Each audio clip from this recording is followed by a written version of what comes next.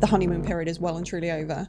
And now I'm in a very difficult relationship with my business. And I do think businesses are relationships. I think you kind of have to approach them in the same way. From GoFounder, it's Business NoBS. Why is it called Business NoBS, you might ask? Well, there might well be a few knobs on the podcast, me being one of them. But what it stands for is Business No Bullshit. This podcast series is all about the trials, tribulations, and occasional successes of starting and growing a business without the Hollywood filter.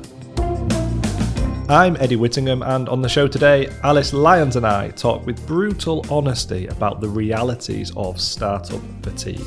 Being a startup feels scrappy and cool, but the day-to-day realities of finding clients, keeping the wheels turning and staying motivated are a lot less glamorous. So it's time to talk about something people don't often mention, and that's startup fatigue. It's where you've been running your business for a couple of years and the honeymoon period has well and truly worn off. It's the stage where you start questioning whether you really want to do it anymore, and general all-round trudgery. It's almost like the way passion fuels other things. Like if it fuels your connection to it, if it fuels your energy, and if it fuels your engagement, that can lead to success. But on its own, yeah, you're chasing, again, it's like an energy drink. It burns fast and then it's gone. Alice is the founder of Dark Coffee, a Manchester-based workplace wellbeing company. Having herself experienced poor mental health, including burnout, depression, and suicidal thoughts throughout her 20s, Alice is in her third year of running her business, and the shine of it being a startup is starting to fade. So I started the Dark Coffee podcast coming up 3 years ago. So that was just an opportunity for me to share my story about suicide ideation, but also to open up the conversation around mental health generally. And then I went on an entrepreneur accelerator to develop the idea, and it turned into a business kind of further down the line. So now the Dark Coffee company has been going for 2 and a bit years. Okay. I think I've been full time in the company for 2 years, September actually. Wow. So yeah, that's been fun. Trying to go full time and not do, a job to support me. So yeah, couple of years deep. So 3 years in kind of the industry in terms of actually starting something that's relevant, and then 2 years where it's become a proper sustainable business in terms of self-employment. Exactly. Well, sustainable is a stretch, but yeah. Sorry, yeah, a startup style of employment is what I meant to say. Struggling for breath. Yeah, exactly. Okay. And one of the things that I think is going to be quite interesting to talk about today is the idea of startup fatigue. Yes. Something which we've both shared, we'll obviously talk about in more detail, but I think it's something that's actually going to really, really resonate with a lot of people, because it's not something I've heard talked a lot about, yet I know everyone suffers with. So what does sort of, I mean, we've just coined the phrase earlier, but what does startup fatigue mean to you? Should we get a trademark on it before anyone else takes it? I feel like we should do a white paper, get it. For me, it's the way I've been describing it recently is I feel like the honeymoon period is well and truly over. And now I'm in a very difficult relationship with my business. And I do think businesses are relationships. I think you kind of have to approach them in the same way. And there's going to be difficult times, there's going to be challenging times. And it's a case of, is there enough positive to save this?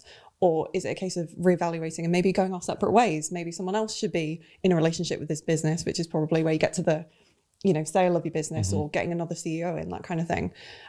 For me, I think I've kind of fallen out of love with it a little bit sometimes. I just feel like, because it's so hard, because there's so much going on, because there are so many things to think about, fatigue is the word for it. I really feel like decision making can drain you day to day. And there's a lot of kind of bullshit out in the ether when you're running a business about like, oh, the hustle is the fun part. You have to fall in love with the process, 12-hour days, 16-hour days. Yeah, Gary Vee and all his cronies. Yeah, and there's a place for that. I think some people resonate with that, but I certainly don't. And especially running a wellbeing company, I don't want to advocate that approach either. No, it's not healthy to either. No, because I don't want to go into a corporate and say, hey, get a work-life balance. And then for them to see me on LinkedIn saying, oh, I've just done an 80-hour week and I'm massively upset. Like it doesn't, I have to lead by example. And I think there's a weird kind of pressure in my industry to be perfect at certain things. Like you have to look after yourself. You have to have a smoothie every day, in the very wellness part of the wellbeing industry. But I've always wanted to be a bit more real than that and talk to people about, it is hard. It is hard to run a business. It's not going to be all sunshine and rainbows. And in fact, my one-to-one clients appreciate that the most, because I sit them down and say, okay, what are you struggling with? And they're like, oh, do you know what? It's so hard. It's so difficult. And for me to just validate them. And are they startup business owners as well?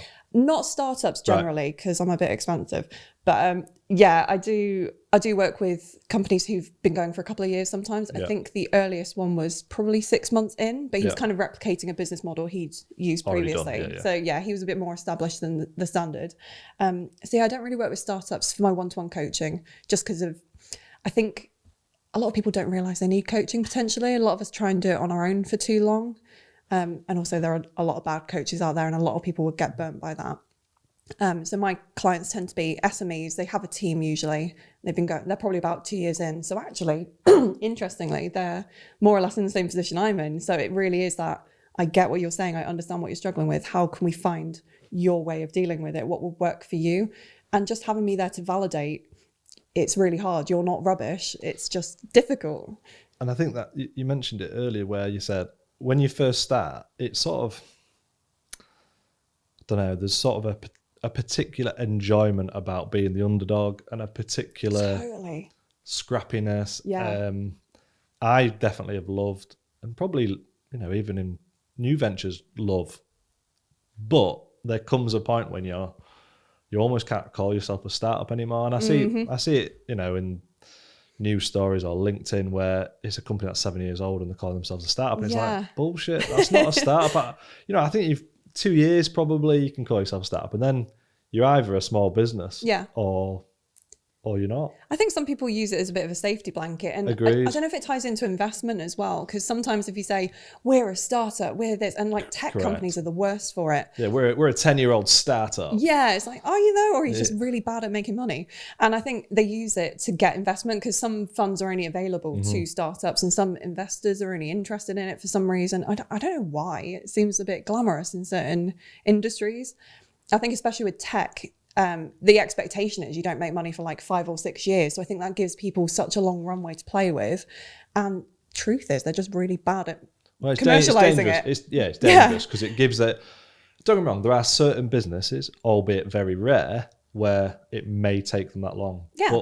But I think the danger in the startup community is they overindulge in that. And then, I know firsthand a lot of sort of startups that have at least a tech element, or they are tech businesses, and they have almost put off making money. Yeah. And it's like, fair enough if you're reinvesting what would have been profits, that's different. That you are making money, but you're choosing to reinvest it.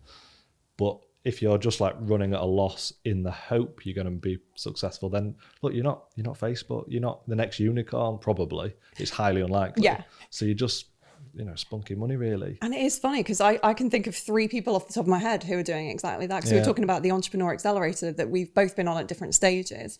And so many companies in there, I was like, are you putting off running a business because you're really enjoying like the investment side of things? And like that almost becomes the day job, is going out networking and meeting people, selling the idea. Really true. Yeah. And I think it's something that I kind of got swept away with for a while as well, because the idea behind my brand is so good and it's so worthy and people are emotionally attached to it, that sometimes people don't ask me the practicalities of it. Like, I think I was quite lucky on the accelerator. I had a really good coach who was like, so how are you going to make money next month? What is the game plan? But so few people ask me about that, because they're just like, oh, it's a great idea. And it's a great cause. Yeah. So therefore the business bit is less important. Yeah. And I've seen other people in the space do well with just that. They go and tell their story. Lived experience speakers are a great example of that. Some of them are very successful. Some of them I really rate. Some of them I do not, because it just seems like they're capitalizing on their own trauma again and again and again. And I don't really see the value, depending on how good they are and how they tell the story.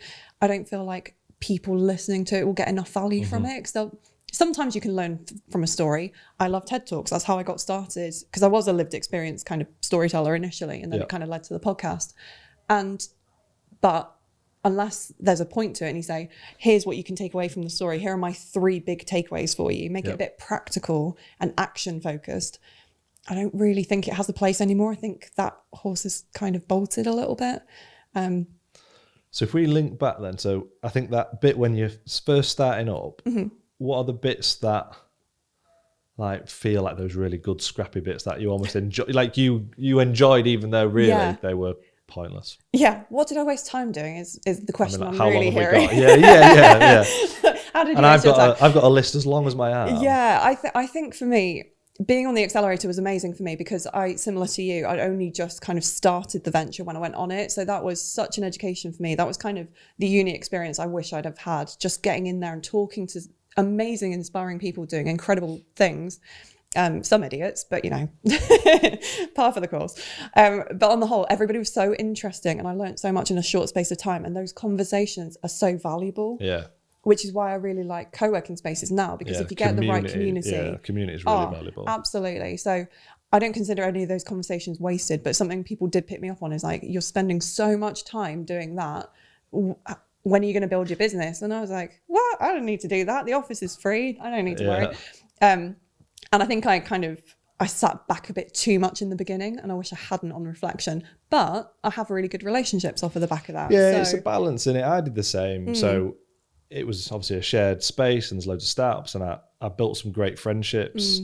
But the downside to that was, I probably in my first year was a lot slower than I should have been. However, there is an element of you almost have to have your own apprenticeship, don't you, in terms of learning how to run a business. That's a really good way of thinking about it, actually.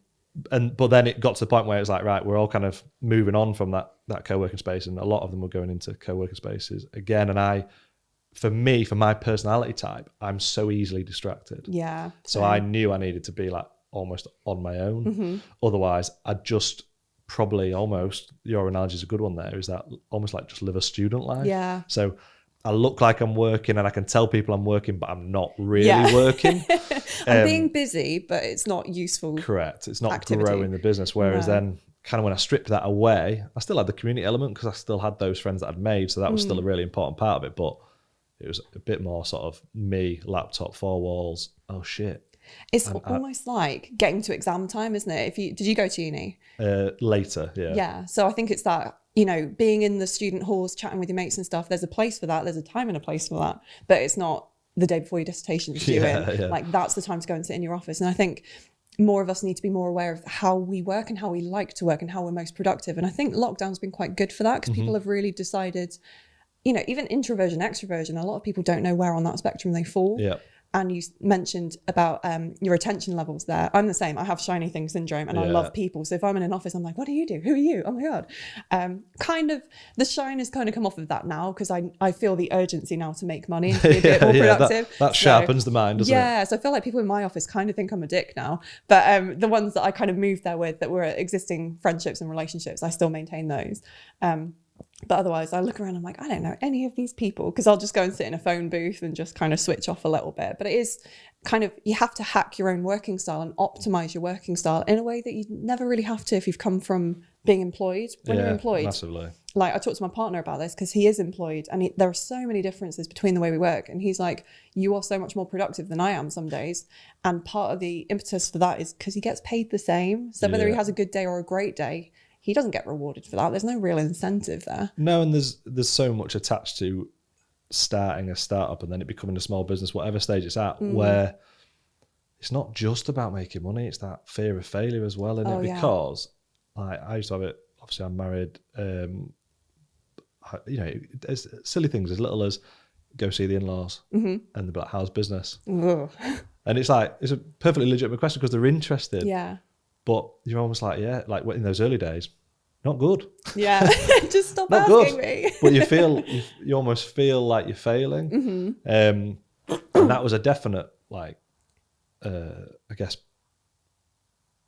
something that kept my mind sharp of the need to earn money. It wasn't, for me, it wasn't just money. I was, rightly or wrongly, led quite a lot by pride as well. Yeah. And I was like, shit, I've got to make this work. Yeah. Not because I'd have been overly asked about swallowing my pride in terms of going and get a job. Like I wouldn't have liked it. I'm not that asked. I'd just do that. I don't care too much what people think of me, but just a personal pride point of view. And probably I care what the immediate people think. Yeah. And I didn't want to be seen to be failing. And also I think when I started working by myself, that helped me focus a bit more because I probably in that environment initially, prior to going sort of a bit more isolated, I was definitely wasting my time on a lot of things. I still do it now. Like, nobody's perfect. And I think having the right people around you to sense check things and to kind of keep you accountable is really good. And sometimes say, Alice, you haven't done much fucking work today. Yeah. Shut up. But Get on with your work. That's probably why I don't have a team anymore, because I just can't deal with that all the time. Shut up, you're not my real mum. But I really like what you just said about the pride thing, because so many of us emotionally attach so much of our worth and our value to how our business is doing.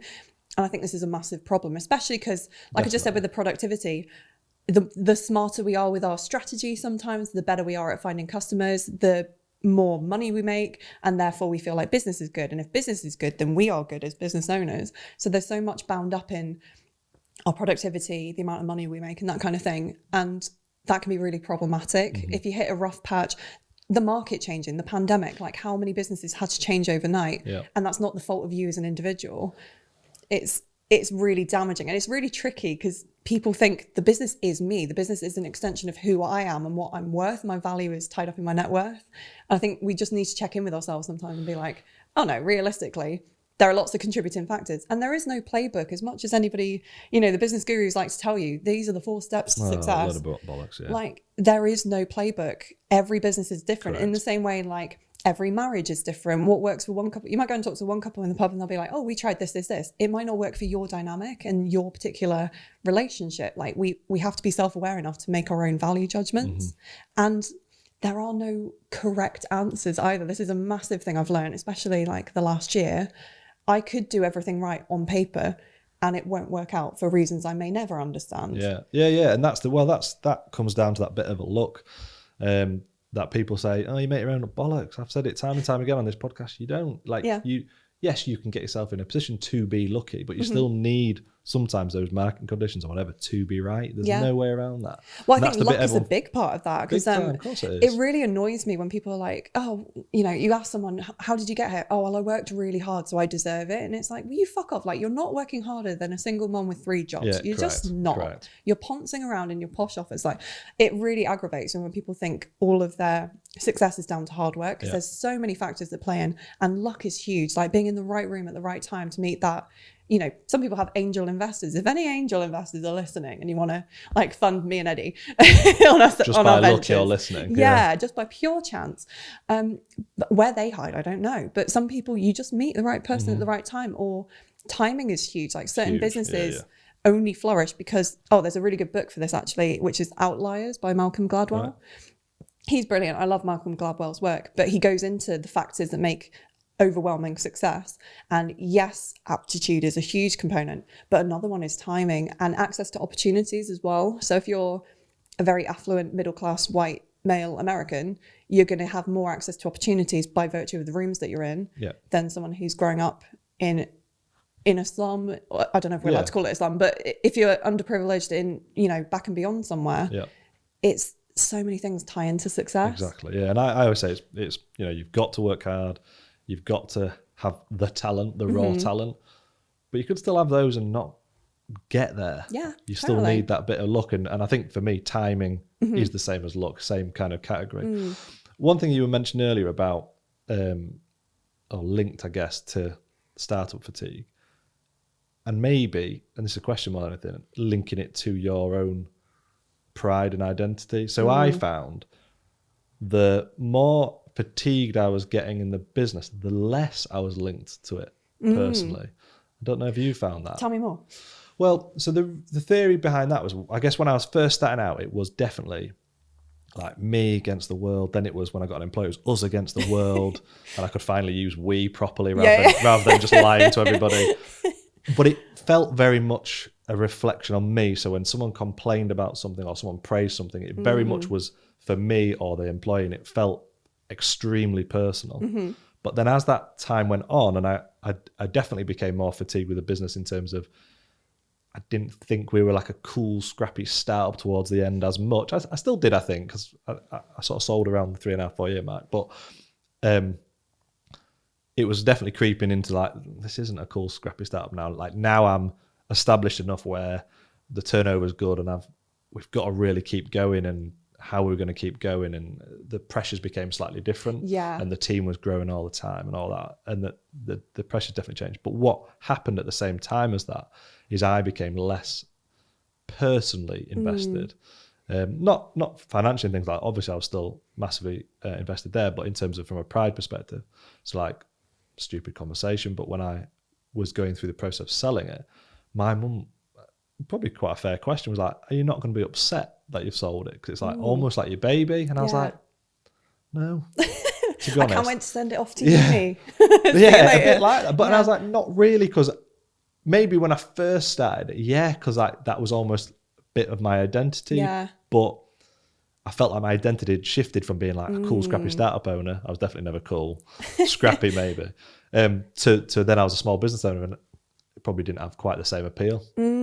Well, the Gymshark CEO said about this a while ago, and I think there have been a few very high-profile examples of they get to a certain stage where they go from like being a small company, being like a sole founder or co-founder, grow the business, they enjoy it up until the point where they've got like 10 employees, and then suddenly massive success, making loads of money, but it's a different kettle of fish. It's a completely different company. And some people love having a small team, and they love being a, what's the term? Is it micro business when you're less than 10? So I'm a micro business. I like being a micro business owner. Would I enjoy being SME owner? I don't know. Maybe not. Yeah, and you don't know till you get there. Exactly. And that's the thing, because I think some people have these dreams and visions to become like, oh, I want 1,000 employees. But do you know what? That is a completely different job to being a sort of scrappy entrepreneur. And like, because I'm very much I won't say ideas, man, that's a bit daft. I'm a visionary. But I come up with ideas. Most of them are shit.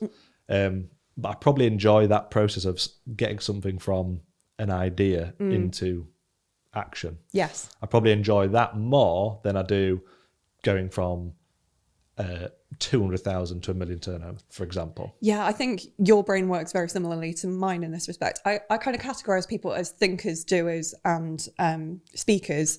And some people are really good at one of those things. Some people have a bit of a spread, or some people are a bit of a hybrid. I consider myself a very good speaker, so I can talk very enthusiastically about subjects. And it's made me very good at kind of marketing other people's companies when I've been employed. Very, very good at speaking, pretty good with ideas. Like, I'm the same as you. I like the beginning stages of like, oh my God, shiny thing, go with it. Getting things started, I don't have a problem. I don't have that procrastination that a lot of people get stuck in on launch, but I'm not much of an implementer. And this is where I've got to the stage now where I'm like, I can't keep doing everything by myself, because I'm trying to make myself a doer, and I'm not a natural doer. You're going to need to hire the opposite of you, really. Exactly. And some people would be happy sitting in a room editing a podcast for 8 hours a day. I am not, but I'm making myself do it at the moment. It's like, why am I trying to make myself do something I don't want to do? And there are all these things you have to consider, like things cost money to do. Of course they do. Well, that's a good point. When you start, particularly in that scrappy startup phase, you have to do everything. You have to wear every single hat. It doesn't matter whether you like it or not. You're doing it, aren't you? There's no way around that. And some people are great at that. So you get people who are the other way, potentially, who don't enjoy being CEOs because they're just very good at doing the thing that they do, hiring other people in, but they don't want to give up control potentially, because they're like, nobody does this the way I do this.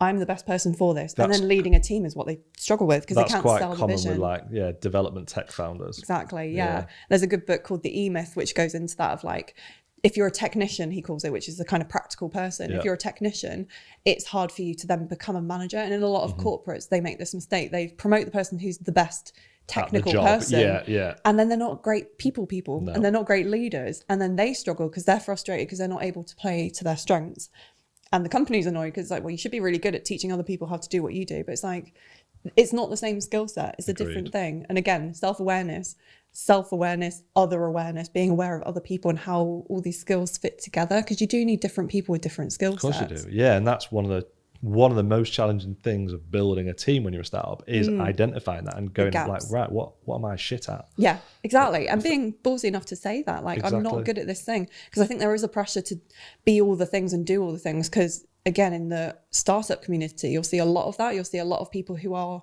taking on too much, in all honesty. Although, just to interject, and sorry to interject, but I think you do need to as well in the early days, because you've got no money.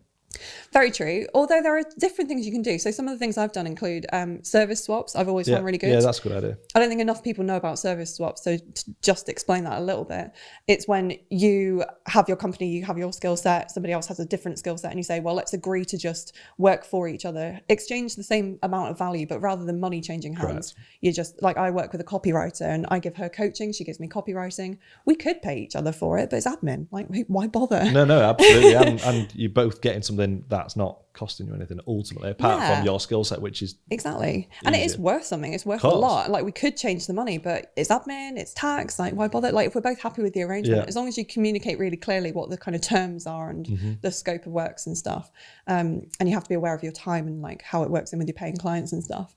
But I think that's a really good technique. And I had an intern at one point as well. She was unpaid in the beginning because I wasn't making any money. So that was a good arrangement for us at the time. But over time, I felt so guilty because I do not think it's right for young people. No, so I did that. You know, I took on a couple of paid interns, and at the time had no money, and I thought it was okay, and I probably justified it to myself, but then realised like, nah, I don't agree with that. I fundamentally don't. Yeah. And it's easy in hindsight to say that, but I do regret that. But things like that add into your fatigue. I think if you're, say like with the working styles, we were just talking about, are you a thinker? Are you a doer? Are you a speaker? If you're true to yourself, I think it energizes you. And if you do things that are counterintuitive to you, it drains you. Yes. And that's why so many people feel drained, especially in the beginning. If you're trying to do all the things and you've got the money pressures and stuff, there's so much going on to drain your energy. How are you supposed to function? How are you supposed to do the things that you're really good at? And I think things do get easier when you have cash flow, when you have sustainable income, because then you can start outsourcing. But like you're saying, I think this tipping point for a lot of people, it is make or break of the business. And it's not because the idea is bad. It's not because people are bad at what they do. It's maybe because they're not optimizing their skill set in the best way, leveraging their strengths. Maybe they're spending too much time on their weaknesses. And it's hard because if you struggle for money, I think money worries are one of the biggest killers of motivation 100%. And everything in the startup community, for sure. And probably throughout your career as well. I think cost of living's gone up. It's a difficult time to just be any kind of worker, be an employee even. It's really difficult right now. So you mentioned that you feel like you're maybe falling out of love with your startup, which is, you know, an honest admission into it. And I think a lot of people, if they reflected on it, particularly around that 2-3 year mark, I think if they're honest, they probably feel the same. Yeah. How do you think you kind of find that spark again, find that love? I know that's probably a bit of a tough one. Saucy. Yeah, exactly. It's a bit of a marriage counselling question, that. But how do you? Or do we just work it out and just pretend everything's fine? Yeah, exactly. It is the classic marriage conundrum. Yeah, I do think it's kind of like that. I think you need to just be really honest about the problem first of all and say, okay, I acknowledge. It's really difficult because your business can't talk back. So the lines of communication are kind of shut off. But yeah, there are things you can do. So I think coaching, like I get coaching for myself, and I think that's been really helpful for me to just be able to take that step back and look at it. If you don't make time to step back away from your business, it's really hard to properly assess it. Yeah. So I get coaching to help me kind of step back and to help get that guidance as well. So I can say, this is what I'm struggling with. Excuse me. This is what I'm struggling with. This is where I want it to go. How can I do that? And getting an outside opinion, kind of like a therapist, going, have you tried this? Could you try this? Could you do? That's really helpful for me. And similarly, I have very good conversations with people who are my peers and just say, are you experiencing this kind of thing? And it's different from, a lot of people don't give themselves the right forums to go to. I think peer support networks are so important. I think sometimes people only go to networking events and things like that, where there's that pressure to perform. I've never done one-to-one coaching, but one thing I did do that I found extremely valuable is I met once a month with, depends, normally around 6-7 other business owners of varying lengths of sort of service, shall we say. I was relatively junior. Some of them have been in business 20 years. Yeah. And every month we'd all come with a problem. Yeah. And we'd workshop it together. Yeah. And we'd just literally, you know, everyone would come with their problem. We'd kind of pick the most pressing problems to spend the most time on, but then obviously make sure in that sort of 2-hour period we took time to get through everyone's. And it was hugely helpful, and often not because of the problem that I went with, but because someone came with a problem and I was like, oh, right, okay, so they're struggling with, you know, maybe it's a member of staff. Well, I've now learned, at least when that happens to me, because it will, that I've got some knowledge to build upon rather than it just being me and Google, which is how I built the business. Yeah. And that was really powerful. And yeah, so that's kind of, I call that almost like a mastermind format, where it's very action driven and like solutions focused. Because I think, again, if we use the kind of marriage analogy, if you're only going to networking events, it's almost like going to dinner parties with other couples and everybody's like, oh, how's your marriage doing? Oh my God, amazing. Like, you're not going to be honest. But if you go to I don't know, a support group, or if you go to your gym class or something and you're actually chatting with people and they're like, oh, how are things with your partner? You can be like, oh God, he's just the worst. And like, you can have that safe space to offload and to learn from others and to get that help. So I think we need to, as business owners, we need to have these outlets and these different networks 100%. That we tap into. And peer support is a big one. And you can do it in a really easy way. So through lockdown, I set up a group called the Hump Day Huddle with a friend of mine, Omar. And it was supposed to be like a learning event. So we're going to have speakers and we had a panel. And we did that for a few months. And then over time, the format shifted because we saw the same people were turning up every week. And we were like, oh, do you just want to have a chat and just tell us how things are going? So we had this, I wouldn't go as far as calling it an accountability group. It really was like a support group. Yeah. And we could just talk about anything personal or business that was bothering us or things that were going well. So we could just celebrate together. And we did that. We did it weekly through the worst of the lockdown just for that motivation. And then over time, we've kind of decreased that. I think it's kind of dead now. I haven't confirmed. But you do need those people that you can be brutally honest with and just say, guys, I need to offload here. I need to have a bit of support. And it doesn't have to be fancy. Like you say, it doesn't have to be paid for. Do you still meet up with your group? Yeah, that's nice. It's important. I think it's a good outlet, and it's something I recommend to everyone. And don't know, things like that probably they might not help you stay in love with the business, but they will give you ways of dealing with it, coping with it, mechanisms. Yeah. And perspective as well. Sometimes people can challenge you where you might feel like you're out of love with the business, but actually it's frustration. Correct. Or it's just you're in and everyone goes through it because it's peaks and troughs. Yeah. It's the really cliche analogy, the roller coaster, isn't it? Like when you're a startup, I think there are more of those because there's so many like early milestones that feel amazing, like first employee, first office, first paycheck, whatever it might be, and you can hit a few of those relatively early.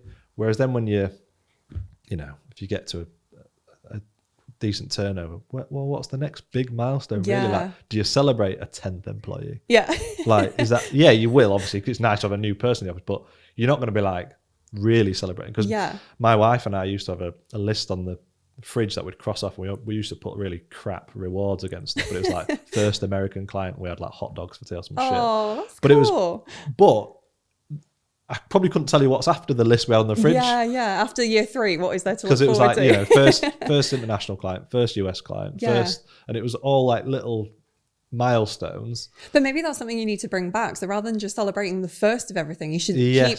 I'm big on benchmarks. I really like this for, again, a lot of my one-to-one clients, they have really big dreams, which is great. And it's like, oh my God, it's amazing to have that goal. They're so far away. Exactly. How do you motivate yourself in the meantime? And I'm like, don't just celebrate when you've got the thing. Celebrate finishing the stages to get to the thing. Like going from being at stage 1 to getting to stage 5 is huge. And if you let that go and if you don't celebrate that, you're just going to find it a trudge. Every day is going to feel hard.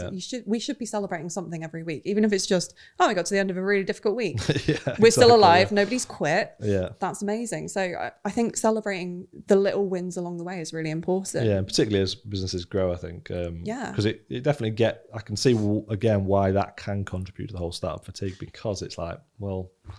And also, if you feel like you've gone past all the good bits of like, you're always chasing that high, aren't you? Like you said about the roller coaster, the highs are so high and the lows are so low. And like so many people just feel kind of schizophrenic on the journey. I shouldn't really like throw that out as a statement, but it feels so 100% unreal sometimes, like the highs. And I would feel some days like in the beginning, it was kind of like a dream, and not always in a good way, but I was just like, I've never felt so exhilarated. I've never felt so connected to what I'm doing. Correct. And it is like those giddy romantic stages when you're falling in love with someone, and it's like, oh, you can think about, and like it feels great, and then the adrenaline wears out, and then you've got all the hard work to do, and you're like, oh my God, this is too much. And, what do I do? And that could be Monday one day like that, Tuesday rock bottom, or like 9:05 a.m, 9:10 a.m. I think I mentioned this on a previous podcast, but to the point where I could be flying, having an amazing day where I'm absolutely pumped about what I'm doing. One bad email.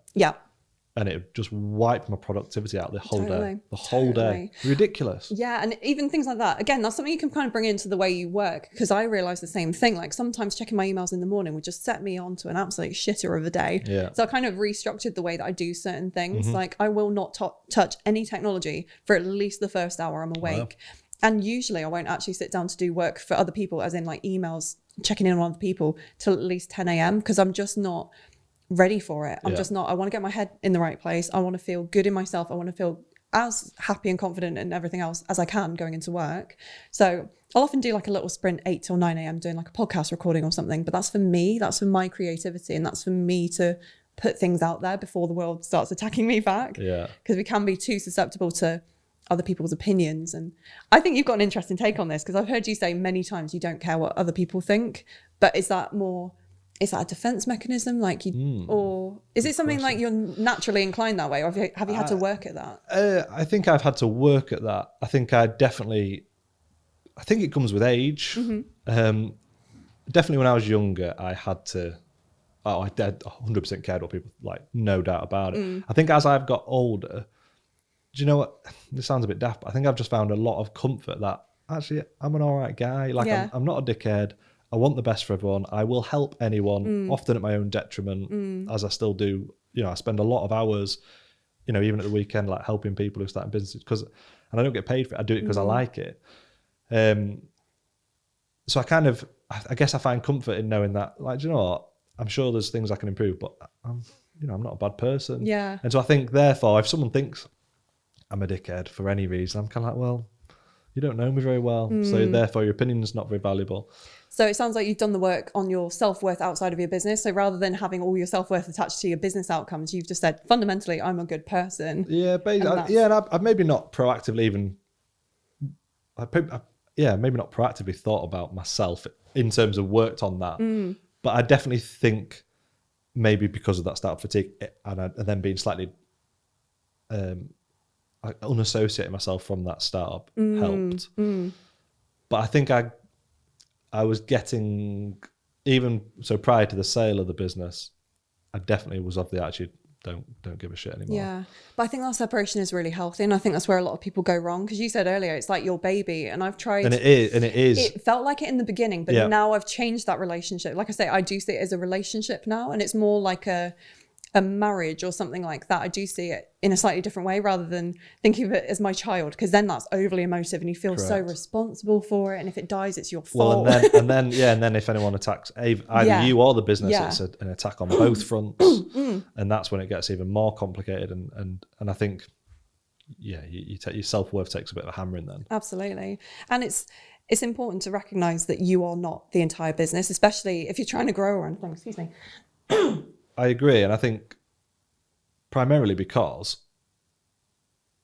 no matter what the outcome, you need to have some separation. This is just my opinion, but if the business fails, you need to have enough separation that it's not going to destroy you in terms of your confidence. Yeah. And if you're exiting it, you need to have enough separation that it's not going to like destroy your identity. Yeah. So for me, like when I sold it, nice one. I was obviously, great for me personally, but going back to that question my mother asked in terms of like, are you not upset that you've sold it? And I was like, no, because it was like, that was the natural progression of it. And I'm not that invested in it to care that someone else is now running it. Good for them. And I'll help them and I still want it to do well. And I'm really proud of it, but I'm like proud of seeing it fly the nest kind of thing, as daft as that sounds. Do its own thing. Yeah, because it's kind of, there's two levels. There's the psychological attachment and there's the practical attachment, like the money side of it and stuff like that. Like you need to be able to extricate yourself on both fronts for it to be able to flourish. And some people run their business and they love it and they keep going and the relationship changes over time and they change with it. But similar to a marriage, I guess, you either grow together or you grow apart. And do you try and make yourself, do you try and artificially create that union and that progression, or do you accept actually we're moving in different directions? Like in the same way there's no one roadmap for a marriage, there's no one roadmap for a business either, and walking away is an option and it's a valid option for a lot of people, I think. And it doesn't mean it's a failure. It's the same, like people talk about marriage being failures or whatever it might be. Well, no, you've still gone on the journey and you've hopefully it's large parts that have been good and you'll have learned a lot from it. And that's so true about having a business. You will learn so much from starting your own business. Like even if it fails, some of the things that you will have learned should set you up well. Whether that is to start another business, maybe, because that often is something that people do and then they go on to be successful. Or even just people think, oh, I've been running a startup for 3 years and it's failed. Now what? Well, do you know what? You're going to be a bloody good employee. Yeah, all those skills and everything that you've had to learn in that short space of time, you'll have learned more there in that sort of apprenticeship that I always call it, than you ever would in 10 years in a job in a big corporate. You're so right. It is the biggest education, and you will learn so much about yourself, and I think you'll grow in ways that you didn't expect because of that kind of scrappy, I'm going to try everything, and then when I'm able to specialize, I'll hand things over. Like, even knowing that you specialize in anything is quite a learning curve, because I always consider myself a generalist. I'm interested in lots of different things, but I want to lean into that. I want to be able to go between 10 different projects. I will never be happy just focusing on one thing. It's the reason I have a podcast and a business, and the business does 10 different things, because I don't want to be so specialized. But the things I do want to specialize in are the talking sides of the job and the strategy and the kind of connections that I make with people. So everything else operationally can be outsourced. So again, it just comes down to self-awareness and actually being honest with yourself, and making the time to have that honest reflection as well. Because if we're just getting our head down, just doing all the time, we're not giving ourselves the headspace that we need to be critical. And we all need to be critical sometimes. We need to check in and be like, is this working? Is this not? And be honest with the answer. Yeah, completely agree. In terms of that coffee then, so we're at that stage now where you're a few years in, maybe thinking about marriage. Where do you see it going in the next sort of few years, do you think? I can see it going in so many different directions. I've just launched a project within Dark Coffee, which is focused on suicide prevention. And that's something I wanted to do since the beginning. I realized it couldn't be the be all and end all of Dark Coffee because it's extremely hard work. It's very niche. And I didn't want it to be every day. I didn't want to be talking about suicide prevention every single day because it's pretty heavy. So I do see those two projects running alongside each other, almost like a flywheel, like one will feed into the other. I've got aspirations for world domination with it, to be honest. Like, I want to have programs in school so that people are learning self-regulation skills at an early age. So they just learn the self-awareness that we've been talking about. That is so linked to your mental health and well-being. Being able to have that honesty and practical skills, coping skills, you said earlier, communication skills, all those kind of things should be learned at a very young age. I suppose this is interesting then for you then, in terms of the longevity of the business is probably your passion for it. Yeah. Really, isn't it? And that helps. Passion is such a throwaway phrase. I think some people run on passion and adrenaline, and I don't think that's enough. In the same way, again, the marriage analogy, but I'm not even married. I don't know why I'm giving marriage advice. My perception of a marriage is passion will get you so far, but it won't get you all the way. Like, unless you got the communication, unless you got the kind of substance there, your passion is kind of your soft furnishings that makes the building look nice. But if you don't have the foundations, I only talk in metaphors. I'm sorry. If anyone listening is not a visual person, you're going to hate me. But yeah, you need to have the substance there. The passion will definitely get you started, like when you're trying to. But also, it'll help you carry on when on the shit days. Yeah. So when for sure. Yeah. That is the energy drink that gets me. Yeah, absolutely. Yeah, because I think if you're in a fundamentally boring sector. And you've loved the startup journey, but what you're doing is a bit shit or boring, then it is going to eventually fizzle out, whether it's 2 years, 5 years, 10 years, eventually you're going to lose that because your passion for the entrepreneurship side of it maybe is the bit that will fade away and the product remains, doesn't it? Probably. Absolutely. And I think sometimes people force themselves to stay attached to the wrong thing. So they say, this is such a good idea, I need to do this. And in the beginning, I was going too far down the pure mental health route, and people were like, oh, you need to work with corporates. Like, corporates need you. Go and work with solicitors, go and work with banks. And I work with both of those groups. And I'm not against either of those groups, but working with a big 5,000 person organization doesn't excite me as much as working with the micro businesses. So I changed the way I work and I changed the direction I go in. I'm more specialized now. And that's okay. I could have made more money probably working with a big corporate and getting massive contracts and just giving talks and being, like you said about the one-off services before, just giving a one-off talk and being like, okay, thanks, bye. But I want to see the progression. I want to nurture them. I want to do the coaching programs to help them develop. And that's just through being honest with myself and like, what do I want to focus on? And then the passion will continue because I know what I'm passionate about. Exactly. You can, that's I suppose part of it. You can easily kill off a passion just by chasing money. 100%. And really, in an ideal world, the two will come together. And I don't think that's necessarily the case. There's a lot of other, like we said before, there's context around it. Is it the right time for the market? Is it mature enough? Do people get what you're selling? All those kind of things come into it. But if you're passionate, logic dictates you're probably better at selling it than you probably don't feel like you're selling it when you actually are. Yeah. And people are more likely to believe you. People are more likely to buy from you. You'll probably be better at what you do because, like you said, you put the hours in and stuff. So you get those like 10,000 hours to become your expert, that kind of thing. You'll be seen as a thought leader if you can confidently talk about it in a very succinct but engaging way. Yeah. So I think passion can, it's almost like the way passion fuels other things. Like if it fuels your connection to it, if it fuels your energy, and if it fuels your engagement, that can lead to success. But on its own, you're chasing, again, it's like an energy drink. It burns fast and then it's gone. But tell me about your BNI story. Oh, yeah. You said it just before we went on. We did. Well, so much like most of the startup community, there's a lot of bollocks out there, unfortunately. One of which being BNI, in my opinion. So it was very early in my startup journey, months in probably, scrabbling around for work. And I'm sure there are many success stories, I should caveat this. But someone approached me saying, I've got this great opportunity for you to meet a business who might be interested in your service. So it was a business interested in my service. Oh, cool. And I knew him enough to think it was a legit lead. So went down there, and it was obviously quite quickly appeared to be a networking event. Got to the door and I was like, where's this person? Oh, right, yeah, they're in here. I'll introduce you in a minute. Yeah, you just need to pay 10 quid. And I'm like, 10 quid? Like, you're fucking joking me. He didn't even tell you beforehand. Yeah. So like, and obviously a bit like wet behind. I was like, oh, okay, yeah, because it might be a lead. Get in there and it's like a cult. And everyone, sort of doors locked. Everyone goes around, introduce themselves. Give over your firstborn child. Oh, and I just sat there, I was like, it's just fucking lied to me. And after I was like, why have you pretended? Like, if you'd have told me this, I would not have come. Because I am an advocate of networking and I've got a lot of work from networking, but that's not my style of networking. Yeah. But I was like, it was done like under a front, and that was just because he wanted to meet his requirement or numbers of getting people in through the door.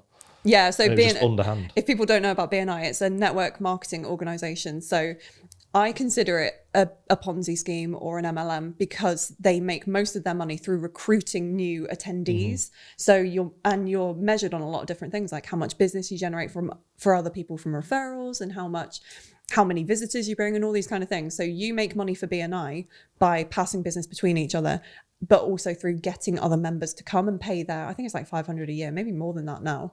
But it is really strange the way that it all plays out. And I did a post on LinkedIn about it and got so much engagement, like ridiculous, on both sides, very passionate BNI advocates. And a lot of people say, a lot of people I know have said it's really valuable. Yeah. I just hated that I was duped into going. And there's a lot of that around it. It has a horribly shady reputation because people feel tricked into going, and then they feel pressured into buying into it, even if they feel that, in their stomach, they don't feel like it's for them. Or maybe another group and the concept appeals to them, but that particular group isn't a good fit for them. And a lot of pro BNIers will say, like, you haven't come to my group, you don't know me. And it's like when people are like, all men are dicks, like you haven't met the right one, potentially. And it is that self-awareness piece, but also people are not always who they say they are. People are not always going to have your best interests at heart. And I think over time you get to appreciate who's the bullshit merchant. Well, and that is a really crucial piece of advice for startups. Like, not everyone is who you think they are, because when you're starting out, I get pissed off with, there's a whole industry that target new startups. Absolutely. And sort of sometimes networking is one of, sometimes business coaches is another. I know there's some valuable, I know there are some valuable ones, but there's a lot of fucking bullshit out there as well, where they're just preying on startup owners, and they're like, pay us £1,000 a month. Well, I'm not even earning £1,000 a month, so I'm not going to start paying you. It's like, oh, but you have to do that to manifest your dreams. Work on your money mindset. Yeah, manifestation's another one. But there's so much of it, and I think I didn't realize. I thought, again, naive as hell, really, but I thought everyone backed the sort of plucky startups, and they almost, like, people were fighting for you and on your side.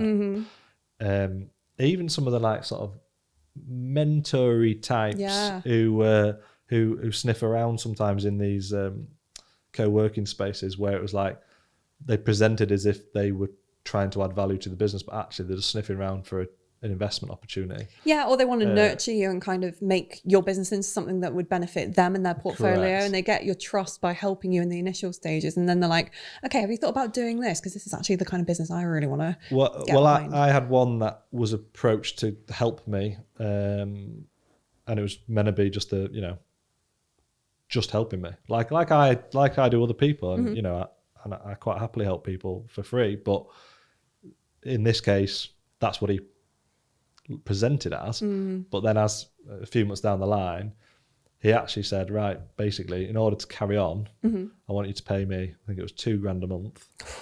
And I want 10% of your business. Jeez. And he was like, but I think I can help you grow it to X, Y, and Z. So it's just changed the whole nature of the business and the relationship that you have. Yeah, and I was like, I thought you were just being a decent person. Yeah. But no, you weren't. It was just self-gain all the time.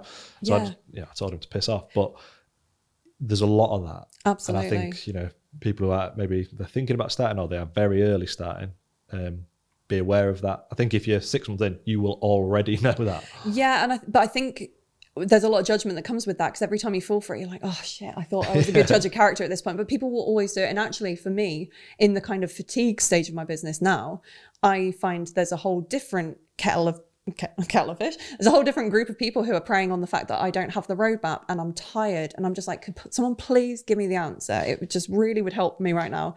Give me the roadmap, give me the shortcuts. I'll take all the hacks in the book, like tell me what to do. And then you've got people telling you, come on my 12-month business boot camp, and it's like £20,000 turnover in so much of that. And like, don't even get me started on Clubhouse. I don't go on that shit anymore, because there's so many people going, all you need to do is X, Y, Z. And then it's like, there is no one way to run a business, because we're all you so can learn individual. Lots of little lessons, but there's not a roadmap piecing all of those lessons together. No. And just because someone else said this works for me, it could work for you. Yeah, it could work for you, but it definitely Test it's not and learn. You've got, you have to do things and figure things out. And even then, there's no definite answers. You have to just make the best decision with the information you have to hand, go with it, see what happens. If it goes wrong, okay, let's adjust, let's do something else. But that's not a failure on your part, because we all operate in such difficult contexts, and there's so many things influencing our success outside of us that, it's not all you. Your failures are not always about you. It's about the market, or it's about your team, or it's about the product you're selling. There's so much complexity around it. And I think anybody that tries to really strip it down and go, you just need to do ABC, they are selling you a dream. And be really wary of those people, because we're vulnerable at very different stages of the journey. Every time we go through almost like a life cycle change. So when you go from being in high school to being in college, you're really vulnerable. When you go from college to uni, if you do that, you're really vulnerable. It's the same in your business. You go through these like life cycle changes. And every time you do that, there'll be people going, oh, I can smell your uncertainty and your self-doubt and your fear. And they'll try and sell you a 6-figure course for it. Yeah, here's a service or a product to remedy that. Yeah. And it is a genuine need. A genuine need exists there. But just be careful, like you said, about, do they have your best interest at heart, or are they taking advantage? Are they capitalizing on your fear and uncertainty? And will they genuinely help you remedy that? Or will they just give you something that will, entertain you for a few months, and then you'll be left going, I've got nothing to show for that. Yeah, and sometimes you might want to try something, and that's absolutely fine. But it's that self-awareness again. Measure it. And I say this all the time to people, measure it. I hired a consultant towards the end of my start before I sold it. He was extortionate, but I knew he was extortionate, and I knew what value I could get from him. And about 3-4 months into the relationship, I had a conversation with my missus. I said, I've got the value out of him now. I don't think it's worth carrying on. Yeah. So I just, had to have that uncomfortable conversation of great, it's been fantastic working with you, now fuck off. See you later. Yeah, but then you end it at the right time. Correct. And then therefore, I look back and go, fucking hell, that was some very well spent money. But at the time, it probably wasn't. But in hindsight, it was. So it's about having that awareness to go, do you know what? If you try something, even if it's just not working flat out, get rid of it straight away. But if you are getting some value from it, think about how much is that value equating to the business? Has it generated revenue? Has it increased productivity? Whatever it might be, but measure it. If you can't, you need to pay it off, because you'll just waste money. Yeah, that's such good advice. And that pertains to everything in our business, every expense, doesn't it? The systems we use, Your CRM system might have been great when it was just 1 or 2 of you, but now you've got 10 members of a team trying to communicate between each other. £300 a month. Yeah, is that the best system for you, or is it time to upgrade to something else? If you've got 10 different systems you're using because they're cheap, would you not be better consolidating into one all singing, all dancing automated system? Maybe. And these are things that often we don't think about because we're just going through the day to day. I really think there's something to be said for business development time in your week. Like give yourself an hour a week of just thinking time. Yeah, well, they say, again, this is a phrase I say quite a few, it's that working on your business rather than in your business. And it's something that the startup community, it's a bit of a cliche, but it's so true. It is true. As long as you use that time productively and you actually, you know, when you said about measuring, I think that's a good idea. You could even have a checklist of things that you check, like does our CRM fit? Is it fit for purpose? Is it being a pain in the ass this week? Yes, or no? Like how many hours? Because if you think about the hours you lose to tech issues, if you sort out your tech, yes, it will take 10 hours this week, but will it save you 10 hours every other week going forward? Because that's going to compound a lot. Ask your team. If you've got other people around you, just say, where are we losing time? Where are the inefficiencies? Where are the barriers that are stopping us doing everything we should be doing? Don't just focus on, you know, the fun things like, oh, I'm going to go out and get more clients. Sometimes you could save a lot of money just through clearing out inefficiencies. Absolutely. Yeah, massively. I'm not an efficiency expert, but even I know I waste time in a lot of places. So I've got some really good people around me who can, luckily, they'll give me that honest feedback and they'll reflect and say, do you really need to be doing that? Do you really want to be doing that? And then it's that trigger for me to be like, okay, no, it's time to reassess. And you should even be doing a review with yourself in the same way that if you have a team, you should be doing your regular reviews. Do a review with yourself and your business and say, are we going in the right direction? Am I still happy with everything we're doing? What could we do differently? Have those regular, even put it in your diary as a solid appointment that you'll keep, and you get a reminder for it. That will keep you in check. Because as we're growing, it's like going to the gym. Like you put the reps in every day, you don't see the improvement until you see the before and after picture. You need to stop and take account for what you're doing. Yeah, it's like doing a weigh-in, isn't it? You need to do your weigh-in to know. I literally cannot talk without putting metaphors in. I'm so sorry. We'll just call this one episode metaphor. Oh God. Or a metaphor for. A metaphor for business. That's Alice Lyons, founder of Dark Coffee. I think startup fatigue is something that's probably not talked about enough. It's something I know I experienced when I was growing my first startup, and a lot of that came from feeling pretty isolated. If you're thinking about starting your own business, maybe you've just started or you're busy trying to grow your business, remember you're not really alone. As startup founders, we're all often experiencing the same problems and the same issues, and that's where connecting with people in a similar boat to you can make all the difference. Thanks so much for listening to this episode. You can subscribe wherever you get your podcast, and you can also find out more about our startup community over at GoFounder.com. A special thanks to Alice and, of course, to you for listening to Business Knobs from GoFounder.